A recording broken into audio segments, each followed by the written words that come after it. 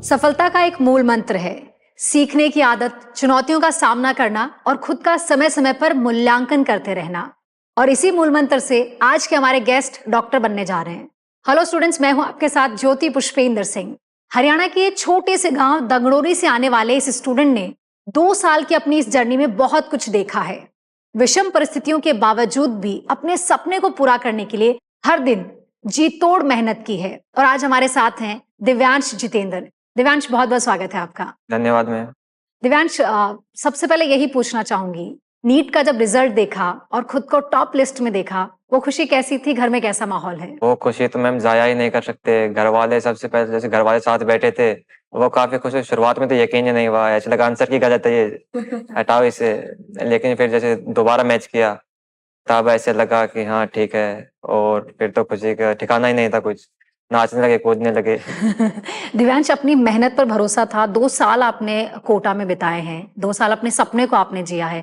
क्या खुद पर भरोसा था कि हाँ मैं टॉप कर जाऊंगा, हाँ मेरी रैंक ये आएगी? भरोसा तो था लेकिन टॉप करने का नहीं था। इतना था कि सिलेक्ट हो जाएंगे और अच्छे मार्क्स आ जाएंगे, लेकिन ये रैंक का तो अनएक्सपेक्टेड ही था मेरे लिए। हालांकि पेपर करने के बाद पता लग गया था कि रैंक आ जाएगी, लेकिन उससे पहले ऐसा कुछ नहीं था।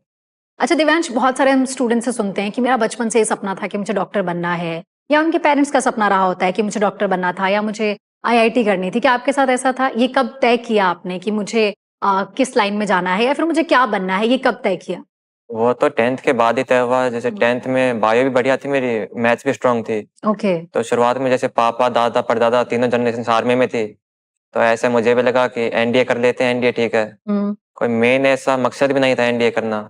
लेकिन फिर पापा से बात की, पापा ने कहा कि एक बार मेडिकल की तैयारी करो। पापा का सपना था मेडिकल करना, और फिर मेरी बायो ठीक थी तो मैंने बायो से शुरुआत की फिर। अच्छा दिव्यांश, जैसे आपने कहा कि आपके घर में 3 जनरेशन एक के बाद एक आर्मी में गई है, और आपने भी कहीं ना कहीं वही तय किया था। घर में हमेशा से डिसिप्लिन देखा होगा, हमेशा से देखा है कि टाइम पे उठना है, जो भी सोचा है उसके लिए आपको मेहनत करनी है। मतलब क्योंकि हमने ऐसा सुना है ना कि आर्मी वालों के घर में बहुत डिसिप्लिन फॉलो किया जाता है। ऐसा एनवायरमेंट देखा है आपने? वैसे आर्मी वाले घर में कम ही रहते हैं, 3 महीने छुट्टी आते हैं। 9 महीने पापा तो घर से बाहर थे, लेकिन जब आते तब डिसिप्लिन बढ़ जाता है थोड़ा। तो फिर तो जिम्मेदारी ज्यादा मुझे लगता है कि आपकी मम्मी पे आ गई होगी, आपकी माँ पे आ गई होगी, कि उन्होंने आपके लिए फादर और मदर दोनों रोल प्ले किया, आपको कहीं ना कहीं डिसिप्लिन में भी रखा है, आपके सपने के लिए आपके साथ भी रही हैं। मम्मी पे जिम्मेदारियां थी लेकिन इतनी ज्यादा नहीं। हम जॉइंट फैमिली में रहते हैं। अच्छा। दादी दादा साथ थे, चाचा चाची भी साथ थे। चाचा चाची का लड़का छोटा भाई भी है, तो मिलजुल के वो काम बट ही जाता था। ऐसे कभी अकेलापन था ही नहीं। अच्छा, अगर आपके बचपन के बारे में बात करना चाहें, हरियाणा में एक छोटे से गांव में आपका बचपन बीता है, स्कूलिंग आपकी वहीं हुई है? स्कूलिंग शुरुआत में इनिशियल से तो स्टार्टिंग तो वही थी, लेकिन पास में जैसे छोटे शहर हैं उनमें थोड़े बढ़िया स्कूल हैं, तो पापा ने फिर उन स्कूल में एडमिशन किया। 2 साल उसमें पढ़ने के बाद जैसे पापा की दिल्ली में पोस्टिंग आई। फर्स्ट और सेकंड क्लास दिल्ली से की। और ऐसे अगर मैं बताऊं तो एक बार यूकेजी में, उससे पहले यूकेजी में मैं फेल भी हो गया था। ओके। तो उस वजह से यूकेजी भी दूसरी बार की, तो इस वजह से आज एज थोड़ी ज्यादा है। मतलब बाकी बच्चे 17 साल में 12th करते हैं, मैंने 18 साल के होके 12th की। मतलब 1 साल कहीं ना कहीं। अच्छा, फेलियर को आपने जिंदगी में देखा है? क्योंकि मुझे लगता है हम हमारी असफलताओं से ज्यादा सीखते हैं। आप इस पे क्या कहेंगे? फेलियर अभी तक तो मुझे ज्यादा लगा नहीं था, लेकिन फिर एक बार ऐसा एहसास हुआ जब मैं बीमार हो गया था। तो तब ऐसे फील आई थी कि फेल हो जाएंगे। अच्छा, आप कब की बात कर रहे हैं? आप कब बीमार हुए थे? मैं 12th की बात कर रहा हूँ। जब 12th में था उसके दो जब आप महीने कोटा में ही थे? हाँ जब आपकी ये नीट की जर्नी चल रही थी? हाँ, काफी स्पीड से चल रही थी उस टाइम पे। और उस टाइम जैसे बीमार हो गया, फिर 2.5-3 महीने बीमार रहे। अच्छा दिव्यांश, क्योंकि हम अगर किसी नीट एस्पिरेंट से बात करते हैं तो ऐसा लगता है उसका एक एक दिन बहुत कीमती है। उसका अगर रूटीन पूछने बैठे तो वो बताएगा कि मैंने 12 से 13 घंटे पढ़ाई की, मैं सुबह क्लास जाता था, फिर उसके बाद मैं सेल्फ स्टडी भी करता था। बहुत एक एक अलग रूटीन हमें पता चलेगा। लेकिन जैसे आप बता रहे हो कि मैं बीच में बीमार भी हो गया था, और एग्जैक्टली क्या हुआ था और फिर आपने उस टाइम को कैसे निकाला, कैसे चीजें मैनेज की, कैसे अपने, मुझे लगता है कहीं ना कहीं ऐसा होगा बहुत सारे टॉपिक छूट गए होंगे, कैसे मैनेज किया? तो शुरुआत में तो ऐसा था कि 11th में जब मैं आया तो मेरी 11th स्ट्रांग थी। और 12th में ऐसा होता है कि अपने 12th के साथ साथ 11th भी पढ़ाई जाती है। तो 11th वाले टॉपिक पे तो कॉन्फिडेंस था, तो 11th वाले टॉपिक्स को थोड़ा टाइम कम दिया और 12th वालों के लिए टाइम बढ़ाया। और दूसरा, जिस टाइम बीमार था उस टाइम पे ऐसा बुरा तो लगता, हॉस्पिटल में एडमिट ही था। लेकिन ये वापस आने के बाद में टीचर्स ने काफी सपोर्ट किया। और हॉस्पिटल में जैसे बैठा था, वैसे तो बीमार था, बेड पे रेस्ट कर रहा था, लेकिन ऐसा सोच तो रहता था। एक तो काफी ब्रेक था। अच्छा, बीच में आपको इंटरप्ट कर रही हूँ, आपको हुआ क्या था? मुझे न्यूमोथोरेक्स हुआ था, उसमें लेफ्ट लंग कोलैप्स हो जाता है। ठीक है। हाँ, फिर सर्जरी हुई? सर्जरी माइनर सर्जरी थी, एक ट्यूब डाली थी। कितने टाइम तक आपको बेड रेस्ट बताया गया और कब तक आप कोचिंग वापस ज्वाइन नहीं कर पाए? वो रिकरेंट न्यूमोथोरेक्स था, शुरुआत में एक बार हुआ, फिर दोबारा हो गया था। तो वैसे बीच-बीच में डिसकंटिन्यूअसली मैं 1-2 लेक्चर कोचिंग कभी-कभी जाया भी करता था। लेकिन अगर बात करें कंटिन्यूअस स्टडी जब मैं करने लगा तो उसमें 2.5 महीने बाद था वो। कंटिन्यू आप अपने मेंटर के, अपने टीचर के उस दौरान में टच में रहे थे? उस दौरान इनिशियल डेज में टच में रहा था, फिर जैसे पेरेंट्स के साथ कोटा से बाहर गया तो तब थोड़ा ऐसा रह गया। कोटा से बाहर क्यों गए? कोटा से बाहर, कोटा में एक बार तो इलाज हुआ था लेकिन वो रिकरेंट था, फिर से हो गया। तो तो एक बहुत लंबा गैप आपने देखा है। 12th जो मुझे लगता है कहीं न कहीं मेन था आपके लिए, उसके बाद में बोर्ड एग्जाम भी आ गए होंगे, फिर नीट का मेन एग्जाम भी होगा और उसी टाइम पे आपने इतना एक गैप ले लिया था। उसको कैसे कवर अप कैसे किया? उसको कवर अप करने की सबसे पहले तो ट्राई किया। मैंने सोचा कि 4 क्लास शाम को करेंगे, मेरा जैसे शाम का बैच होता, और सुबह मैंने सोचा शाम को क्लास में याद करेंगे और रात को थोड़ा बहुत रिवाइज करेंगे और सुबह 11th का पढ़ेंगे, मतलब जो बैकलॉग है उसे पूरा करेंगे। स्टार्टिंग में तो ये ठीक था, आसान-आसान चीज़ें तो हो गई थी, लेकिन उसके बाद में पैनिक होने लगा। पूरा दिन ऐसे रिवाइज करने का अच्छे से मौका नहीं मिलता। कुछ-कुछ टॉपिक छोड़ने पड़ते, ध्यान भी ऐसे फोकस भी कम होता। लेकिन फिर उसके बाद में 10-12 दिन तो ऐसा रहा। उसके बाद में मैंने सोचा पढ़ाई मतलब खराब ही हो रही है, कहीं न कहीं करंट टॉपिक भी वीक हो रहा है और पुराना भी अच्छे से नहीं कर पा रहा हूँ। तो फिर मैंने सोचा कि अभी बैकलॉग को रखते हैं, टाइम मिलेगा तो करेंगे, अभी करंट पे फोकस करते हैं। और फिर पूरा ध्यान ऐसा था कि अभी 3 महीने तो बाकी थे क्लासेस के। तो 3 महीने क्लासेस ये बर्बाद नहीं करनी, तो करंट पे ही फोकस किया और करंट ही अच्छे से किया। दिव्यांश, इतना सब कुछ आपने खुद ने सोच लिया, आप बीमार भी थे, आपने कहा कि आपकी सर्जरी भी हुई। उस दौरान कैसा वो टाइम था और आपको कौन-सी ऐसी चीज़ थी जिसने मोटिवेट करके रखा कि चलो जिस चीज़ के लिए मैं सोच के कोटा आया था, उसे मुझे पूरी करनी है?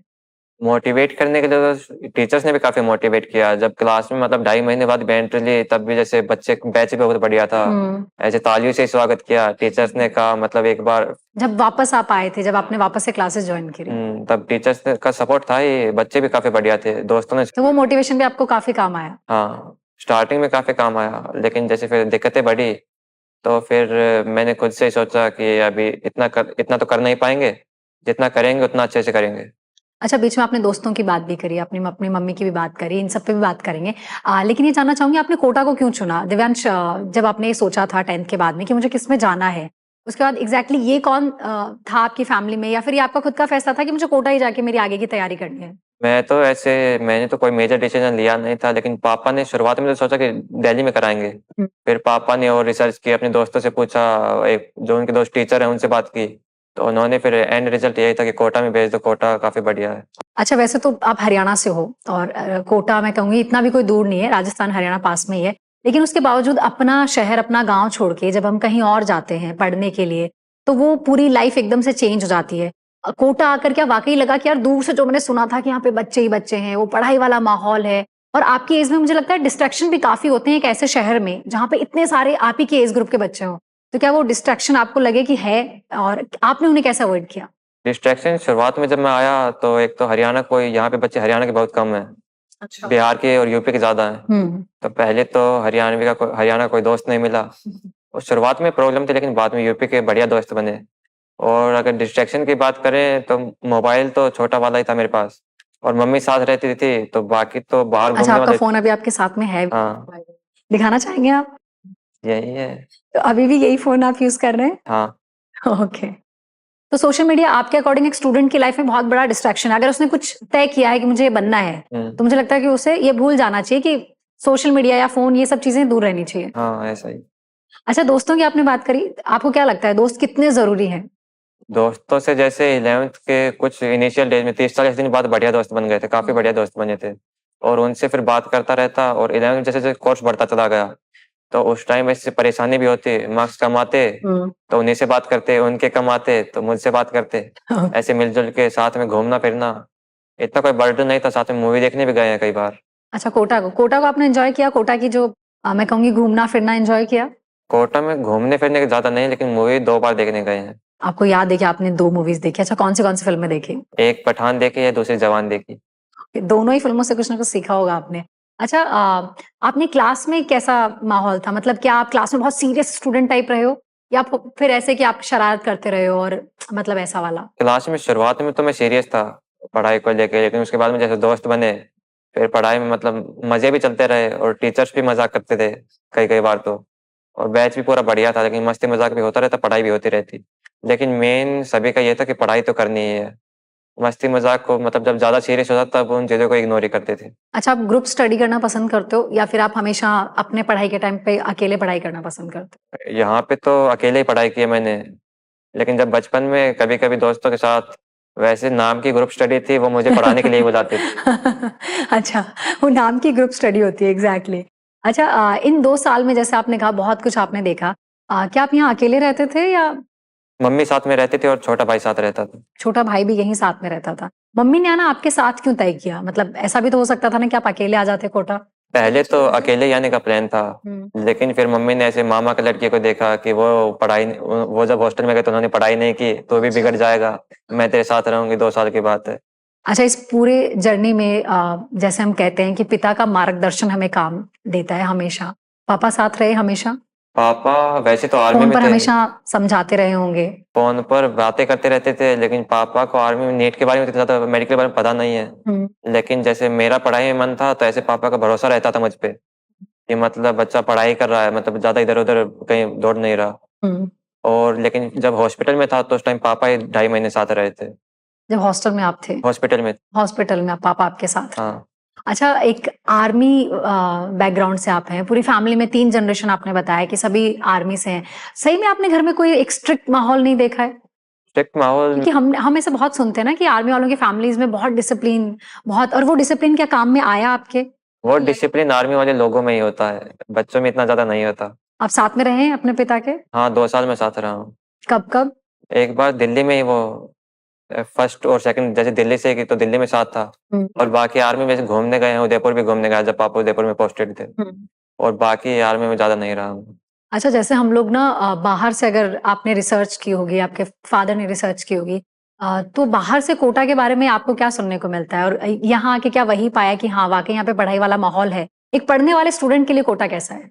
पढ़ने वाले स्टूडेंट के लिए तो बहुत अच्छा है, लेकिन अगर मैं अपनी बताऊं तो जब पहली बार मैंने कोटा का नाम सुना था, तो मैंने सबसे पहले जैसे यूट्यूब पे, उस टाइम तो 10वीं में कोरोना था, तो यूट्यूब काफी चलाते थे, तो यूट्यूब पे सर्च किया मतलब कोटा कैसा है। कोटा में फिर पापा ने कहा एलियन करियर इंस्टीट्यूट में एडमिशन कराएंगे, उसका एलियन को सर्च किया, तो तब देखा मतलब rank 3, rank 4, rank 5, Brajesh Maheshwari sir की वीडियोस लगातार 2-3, तब उसके बाद में लगा कि कोटा तो रैंकर्स के लिए है, मतलब हमें तो क्या ही करना वहां जाके।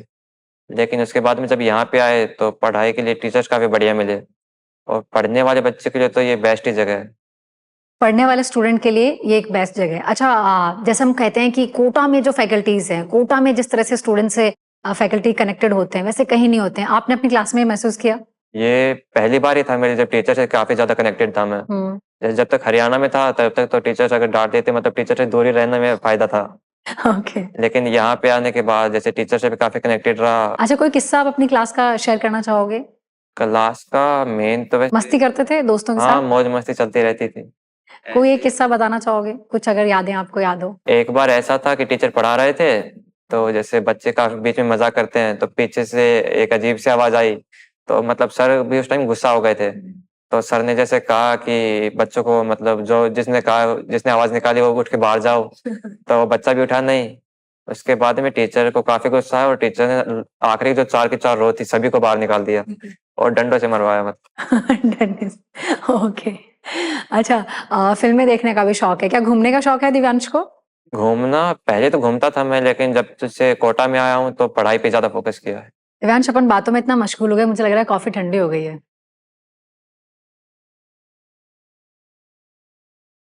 अच्छा दिव्यांश, बीच में आपने अपने 12th की पढ़ाई की बात की, बोर्ड के एग्जाम भी थे, नीट की प्रिपरेशन भी थी, और बीच में आपका ऑपरेशन भी हुआ, बहुत सारी चीजें एक साथ थी। ऐसे में आपने डेडिकेटेडली कब अपनी नीट की प्रिपरेशन करी और कैसे उसके लिए एक प्लानिंग रेडी की?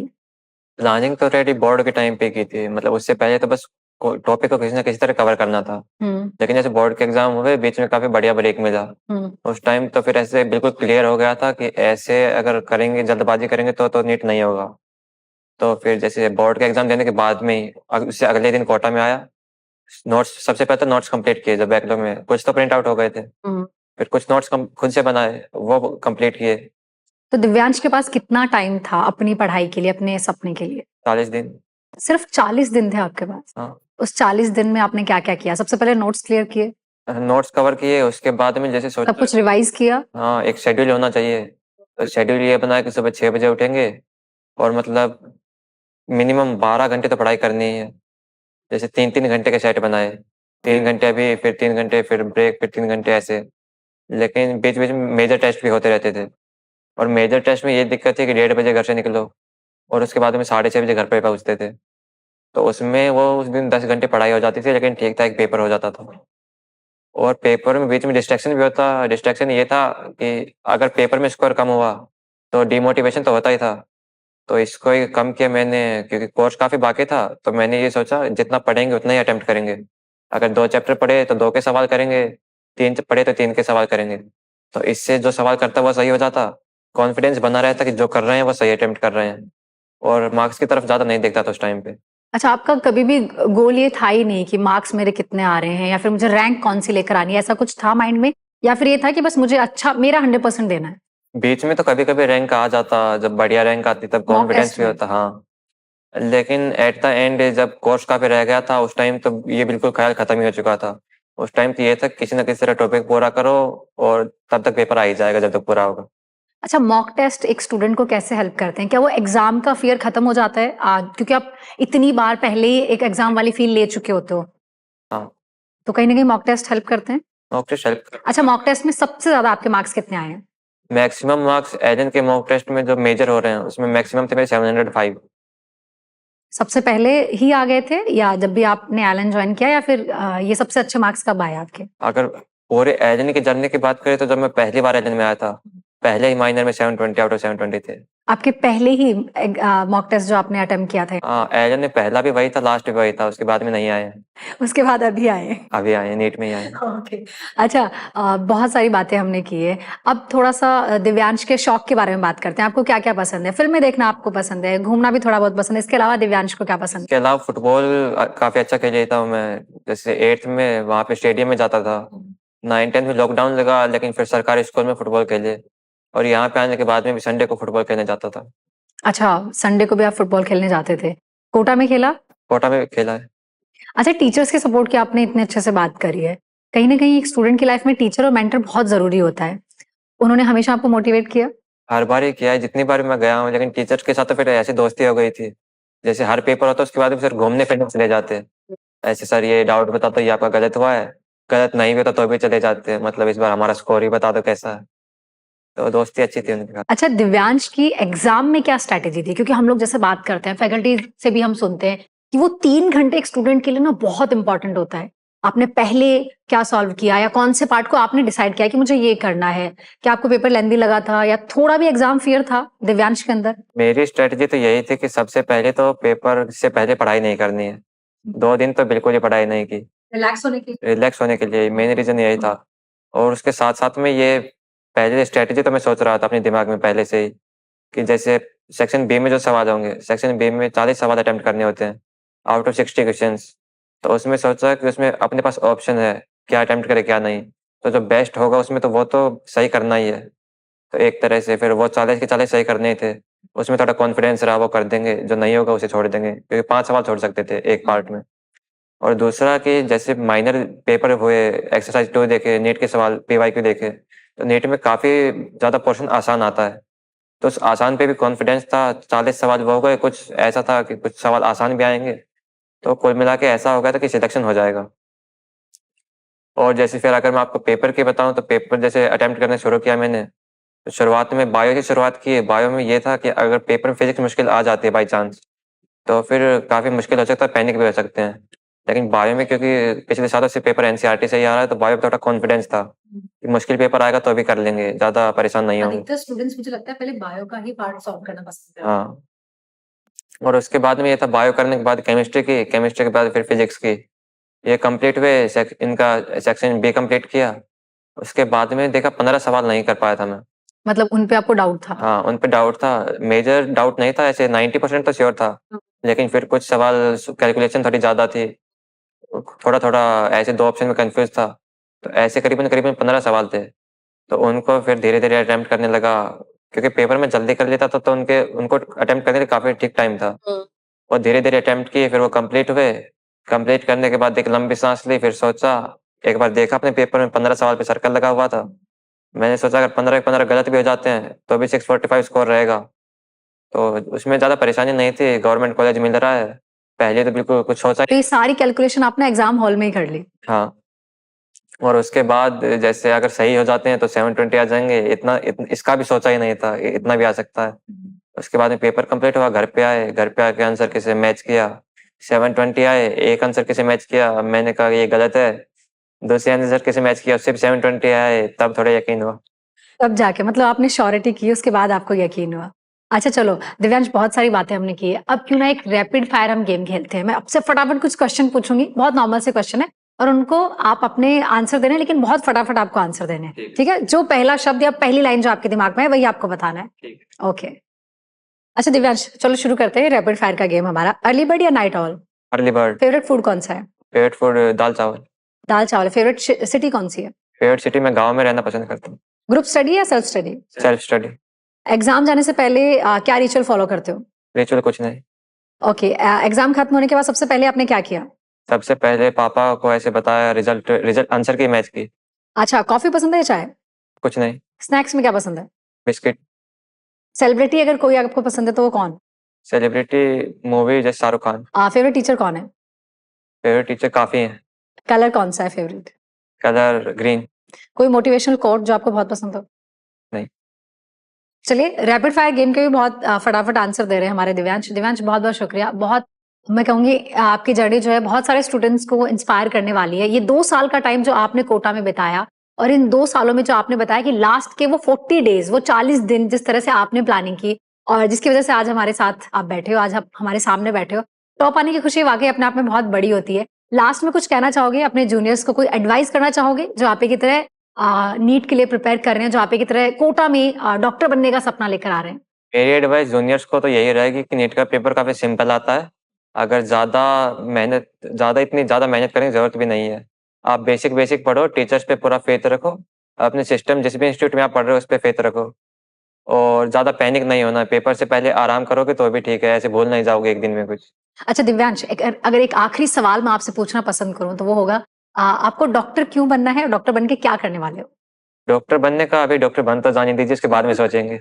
तो चलिए दिव्यांश, बहुत बहुत शुक्रिया आपका। आपकी स्टोरी निश्चित तौर पर बहुत सारे स्टूडेंट्स को इंस्पायर करेगी जो आप ही की तरह कोटा आते हैं अपने सपने को लेकर, अपने सपने को पूरा करने के लिए, डॉक्टर बनने के लिए या फिर इंजीनियर बनने के लिए। उम्मीद करते हैं आज दिव्यांश की स्टोरी आपको बहुत कुछ सिखा के जाएगी। दिव्यांश बहुत बहुत शुक्रिया, और आपकी आगे की जर्नी के लिए एलन की पूरी टीम की तरफ से बहुत बहुत शुभकामनाएं। नमस्कार।